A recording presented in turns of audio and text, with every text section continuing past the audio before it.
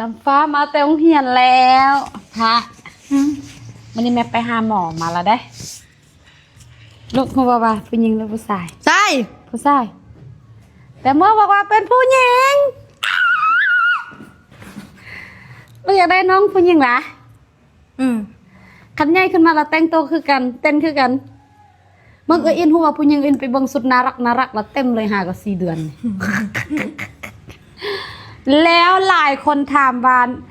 ตั้งชื่อน้องว่าจังไดเนาะก็คือผู้อื่นตั้งบ่ได้นอกจากเอื้อยมันเท่านั้นเนาะ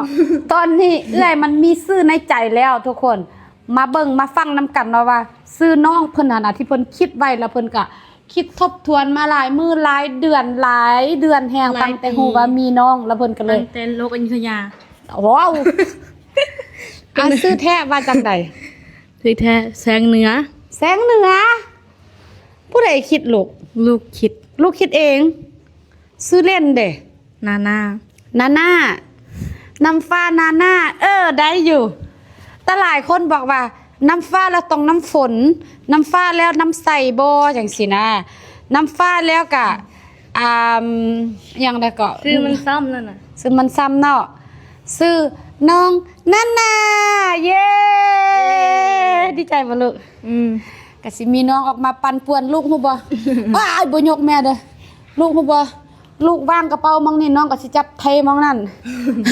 ลูกเมียนสะอาดแล้วน้องก็สิพือออกสินะมันก็สิมีซีซั่นน่ะนะเฮือนมันเงียบโพดเนาะ นี่แหละทุกคนซื้อที่น้องน้ำฟ้าตั้งให้น้องเลิศ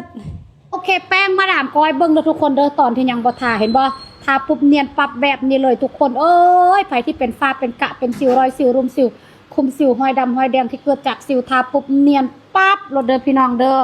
01สีขาว02ผิวสีแทนหรือผิว2สีนะทุกคนเนาะทาปุ๊บเนียนปั๊บเบิ่งฝ้ากระบ่เห็นเลยเนาะนี่เบื้องบ่ทาเห็นบ่อันนี้เบื้องทาคักสุดโอเคแป้งมาดามก้อย